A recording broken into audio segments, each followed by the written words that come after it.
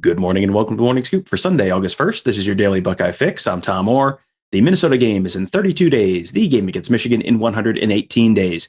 The college football world got a big shock a little over a week ago when the news broke that Texas and Oklahoma were looking at leaving the Big 12, moving to the SEC.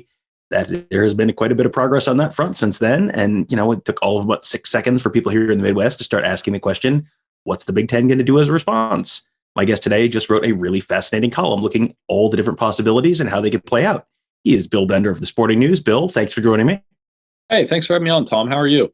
I am wonderful and always excited to talk conference realignment because I know I've seen the numbers. People are interested and excited about college conference realignment. I'm sure you've seen the same numbers at your site. So always happy to talk a little conference realignment. And, you made a really important distinction in your piece. This is, it seems like everyone's writing this. When I read this in your piece, I'm like, aha, he has actually done the research. He really does know what's important here. Which potential additions for the Big Ten are members of the Association of American Universities, or AAU? That's something that I think a lot of people just kind of gloss over, like, well, maybe they'll overlook it. It's like, no, the Big Ten does not traditionally overlook that. So can you give people a quick reminder about what that is, what the Association of American Universities is, and why it matters so much when we're talking about the Big Ten? Absolutely. It's an elite group of universities. I believe there's 64 in the United States and 2 in Canada. All but Nebraska in the Big Ten are members of the AAU. These are the leading research universities, and it's so exclusive. One of the things I had to go back and correct was Notre Dame's not in the AAU, which is a bit of a surprise when you think of academic institutions, but there are reasons for that. And one of the explanations I was given is, they pour a lot into their undergrad, but I'm not saying, look, Notre Dame's really good academic institution too. And if the Big Ten went after Notre Dame and that somehow happened, they would make that, I think they would waive that in their case. But if you're looking at expansion options, the point is, and as you saw in the article, that if the Big Ten is going to go after these schools, they're going to go after schools that are AAU first and go from there. And that was reported by ESPN earlier in the week as well. Yeah, and Nebraska was an AAU school. When they joined the Big Ten, they ended up losing that. It had to do with where their hospital is. Their hospital is not on their main campus. It's in their campus in Omaha. So it's like a little bit of a technicality. They're in the process of getting recertified as an AAU school. That has not happened yet, but they are working on it. So you looked in that column at a number of different possibilities, and we'll get to Notre Dame in a second. But, some of those are very exciting probably for Big Tens. Some fans, some probably are not so exciting for Big Ten fans. Let's start small. Let's start close to home with schools like Pitt, Iowa State, Kansas. I'm sure at this point, Kansas and Iowa State would love an invitation to the Big Ten. I'm not sure that moves the needle all that much with the average Buckeye fan, but where do things stand with those schools? What would they bring, and how likely would they be to say yes if the Big Ten asked? Well, some of this hinges on how aggressive the SEC gets from here. So if the expansion model stops at 16, the SEC says, hey, we're done. ACC goes to 16. The Big 12 and Pac-12 do a mashup of what's left of the Big 12. And then, the Big 10 sitting there and wants to add 2 more. The local options are Pitt, somebody that I think Ohio State fans could get into that rivalry, but it wouldn't really be a rivalry. It would be one-sided. I believe the last time they played, Ohio State might have won by 70 points. And I'm not exaggerating that. I think they really crushed Pitt the last time they played them. 72 points, actually. That was the game where David Boston returned to punt with, I think, eight guys on the field and returned to punt for a touchdown. Yes. I think I watched that game in college, and then I left for a keg party pretty into the second quarter. I think I thought I was safe at that point. Then you look at Iowa State and Kansas. Kansas obviously offers a lot in basketball and a little in football.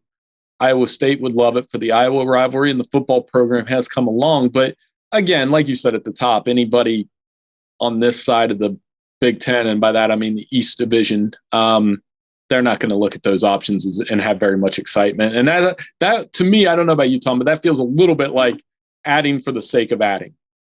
Yeah, you look at the average, what is the average return going to be in terms of TV numbers? Is that going to boost the average return? Are they going to be able to cover their slice of that pie? And without seeing the TV contracts, my guess would be that is not going to move the needle all that much. When Jim Delaney was in charge of the league, he was always interested in raiding the ACC. He was a North Carolina graduate, so that kind of makes sense that, you'd look, hey, as a North Carolina guy, I'd love to have North Carolina in the league that I'm running. But, you mentioned 4 ACC schools who they could potentially go after: Duke, Virginia, Georgia Tech, and North Carolina. What would those schools bring, and how difficult would it be to get them to move?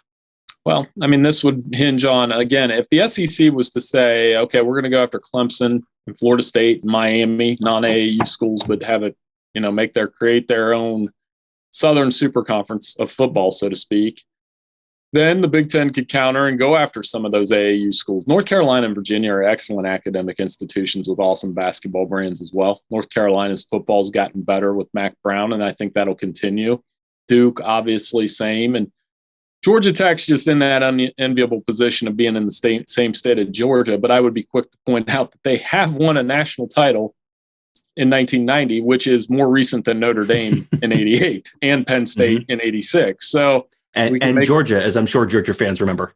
Right, and Georgia in 1980. So that's something to consider. I think this is an unlikely option from the standpoint of, if you're seeing how the television networks have been implicated this week, and false, I'm making a joke, but ESPN does have the ACC network and the SEC network. I'm just saying that's something to pay attention to, because I don't think the ACC network and Big Ten network marriage would work, at least on paper. Yeah, definitely some complications there with corporate partners and corporate TV networks and that kind of stuff. You mentioned earlier Notre Dame, and obviously not, they would have to be an exception to the AAU rule. I get the sense that the Big Ten would pretty much gleefully take them, even though they are not an AAU school. But, you look at them on paper with the way the college football playoff is potentially going to be structured in the future, with some of the, their contracts with the ACC. I mean, it sounds like there are a few reasons that might not be, quite so easy to make that happen. It won't. It's still the biggest prize, though, from a brand standpoint. From, if you can't get Texas and Oklahoma, Notre Dame remains the big prize, in my opinion. I always tell people, growing up, going to a Catholic school, doing the arguments with your buddies about Notre Dame, Ohio State, and Michigan growing up. The Notre Dame-Ohio State matchups in my lifetime, and there have been 4 of them, have come with so much energy and excitement, especially, I think it's both sides. Ohio State's beat them every time, but, there's a rivalry to be had there if it ever happened. Now, the problem with that is the ACC has the grant of rights through 2035. Most people assume if Notre Dame goes that way, it would be there. But I'm always quick to point out, 1, they do play in hockey in the Big Ten. 2, they've always fit better in the Big Ten, no matter what they say. The games against Ohio State, Michigan, Michigan State, Penn State have been awesome. So, but what I think the most realistic scenario is with Notre Dame is they are going to cling to that independence as long as they can. And as long as they can. And if they have to surrender and go to a conference, I think the more likely bet would be to go to the ACC. And if you are wondering, Ohio State and Notre Dame do play to open the 2022 season. So we're about 3.5 months away from this show starting with the countdown to the Notre Dame game instead of a countdown to the Minnesota game. So that'll, you will get to see Notre Dame, Ohio State at some point. It will probably not be a conference game. The big swing, though, the real big home run swing for the fences would be, that would really, really turn the Big Ten into a super conference, involves the Pac-12. Then you're looking at maybe, a true coast to coast conference. You got Rutgers and Maryland on the East, and then you've got, you can dip your toe in the Atlantic and you dip your toe in the Pacific in Big Ten conference states. If some of this comes to fruition, the AAU schools out there are Arizona, Cal, Colorado, Oregon, Stanford, UCLA, USC, and Utah. So that's 8. Our insiders have reported that there have been conversations with at least 4 of those schools in the past. It sounds crazy. I mean, it probably kills the Pac-12 as a true power conference at that point. And then you really are looking at like the Power 2 potentially with the SEC and the Big Ten, and then like everyone else kind of having the scraps, or maybe the ACC is a third one. But, between the TV money and the security of what would be, like one of the 2 most powerful and most secure conferences in the country, I mean, it sounds crazy, but you could definitely see why that might be appealing to some combination of those West Coast schools. Coast to coast. Every time zone, 2 new commissioners, and probably getting tired of saying, Greg Sankey's the mastermind and the greatest commissioner in college football, and we've all been writing that. And you've had three of the Power Five commissioners are new guys, and Bob Bowlesby might not have a conference to be the commissioner of in a few years. So I think that is something to watch. Andy Staples of The Athletic wrote about that earlier in the week, did a nice job. But if you think about it, with the Pac-12 and the Big Ten's relationship, the Rose Bowl also a factor. USC, Washington, UCLA, and somebody tweeted this on mine, and I can't give them credit for it, but they did a 20-team league with five 4-team divisions, and they all made sense. So not impossible. And probably if it does go to a super conference type model, that is the one that makes the most sense to me, because you do have something that counters the South, essentially, and everything that they're going to build in that super conference that they have. It seems like there are two different ways that merger or acquisition could go. That could be a true merger. I mean, these are conferences that had like a scheduling agreement at one point 8-10 years ago that then kind of fell apart as the Big Ten expanded added an extra conference football game. This could be a merger of equals or partners. This could be a little bit of a hostile takeover if the Big Ten just says you and you and you, but not you. Do you have a sense for whether it's more likely to happen one way, as a friendly merger of equals, or as the Big Ten going in and taking the ones that it wants and leaving everyone else to go play with, the leftovers from the Big 12?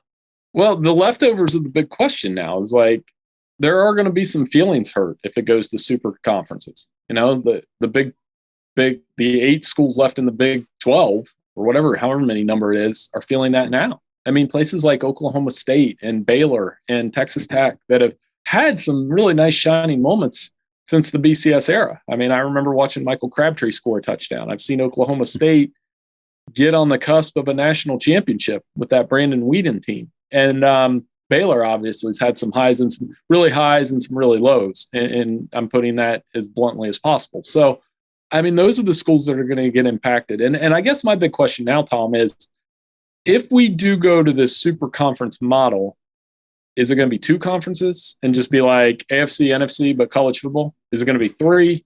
Is it going to be 4?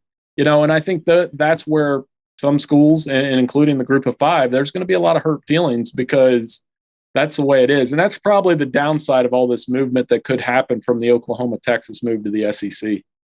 Yeah, there's definitely some exciting sides to this. And, as an Ohio State fan, the people listening to this are probably feeling like there's not really a lot of downside. They're kind of the 800-pound gorilla in one of the 2 leagues that feels like there's virtually zero chance that someone's going to get poached out of them. So it doesn't really seem like there's a downside for Ohio State fans, but for a lot of other fans in a lot of other places, you could be looking at a tumble down from the power conference to, a step or 2 below that. And then, there's a whole separate conversation, which we can have on a different show about. Right. So 20 years from now, after this, is there another split of, another schism between the real elites of these conferences? And, does Ohio State really need to still be in a league with Rutgers and Maryland and Purdue? Or, does Alabama need to really be in a league with Vanderbilt? Is there another schism at some point then to form like a super league like they were talking about in European soccer not long ago?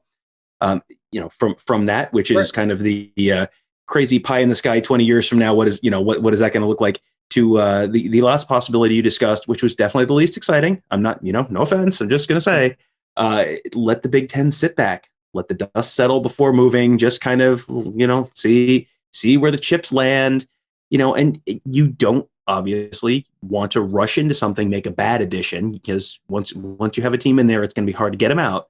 But do you think the Big Ten should wait? Do they need to go on the offensive here? Should they kind of let the dust settle?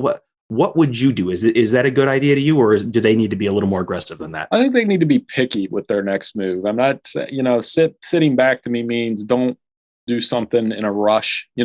I play cards here and there. So like in Hold'em, if somebody takes a huge pot, which the SEC just did, you don't want to just necessarily rush into the next hand just to catch up. But you still got to play. And I think that's where the Big Ten is now. They're going to, there's that chance that they sit and watch and wait. And I think everybody points to the Rutgers Maryland move. And every time I have this conversation about Rutgers Maryland, the pushback I get from some of my colleagues is, Well, from a financial standpoint and TV standpoint, it made sense. Well, sure. From a competitive standpoint, not so much. Rutgers and Maryland, neither one of them's beat Ohio State. I think Maryland challenged them once. I think they're never going to finish higher than third in the Big Ten East. Even when Michigan and Penn State and Michigan State aren't on, they face that uphill battle. So you got to watch the next move. I mean, if they make Kansas and Iowa State, you think, okay, now we're going to reshuffle these divisions. Basketball would be fun. It'd be fun to watch Ohio State go out to, Fog Allen and the other teams do that and add another awesome basketball team. But I just don't sometimes you just got to be picky and wait. And I think I go back to last week when we were in Indy, Tom, and just how that move hung over Big Ten Media Day. But at the same time, the reaction was, well, we're good. Nobody seemed in a big hurry to add teams. Yeah. And it doesn't seem like this is something that's going to necessarily, have an addition in the next few days, few weeks. I mean, this may be months, could be years, but yeah, it is definitely something you can feel the tectonic plates under the college football world shifting under your feet right now. So something is changing, something is moving. You're going to have some earthquakes. Probably there's going to be some rumbles as the things sort of the plates slide over each other, but it is definitely going to be fun to watch and a lot of exciting possibilities there to think about and to kind of game out in your mind. So that's thank you first of all for writing such a well thought out piece. And I read that and I went, I got to have Bill on again. That was great. And coming up this week, you will have another great week of content. Your big annual preseason conference previews coming out this week. Let people know a little bit about those and where they can find them. Yeah, starting Monday, we'll have each Power 5 conference and what's left of the Big 12. We'll have conference predictions for the year and standings and Heisman hopefuls. We always like doing these. It's not too, I bet you can guess who I picked to win each conference, but there is other stuff in there. So looking forward to it. And like you said, I mean, right off the top of the show, I can't believe we're going to be around 30 days before Ohio State plays Minnesota. It's getting so close and very excited for August. Yeah, August is here, and there's going to be plenty of stuff to follow all throughout the month. And September 2nd, right around the corner. We'll be on a plane to Minnesota before the end of the month is over. So, Bill, thank you so much for joining me. Always great to have you on, and always a lot to talk about. Boy, it has not been a dull year in college football, has it? Not a dull off season either. So I can't wait. And thanks so much for having me on. All right. And make sure you guys check out BuckeyeScoop.com. We will have our fantastic team of insiders covering conference realignment, the start of fall camp in just a couple days, and the lead up to the 2021 Ohio State and college football seasons. That's all at BuckeyeScoop.com. Also, make sure you check out our YouTube channel. If you're watching on YouTube, hit that subscribe button. It'll be on the in a little circle logo that says Buckeye Scoop at the end of this video.